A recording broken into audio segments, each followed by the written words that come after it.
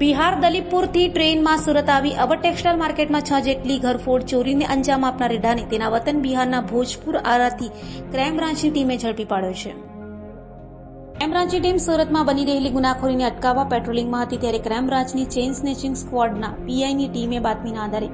બિહારના ભોજપુર આરા ખાતેથી રીઢા ચોર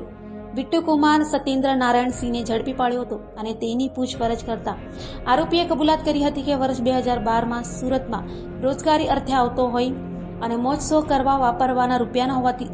શોર્ટકટમાં રૂપિયા મેળવવાના ઈરાદે વર્ષ 2021માં વરાછા વિસ્તારમાં આવેલ ગ્લોબલ માર્કેટમાંથી એક દુકાનમાંથી 40,000 તથા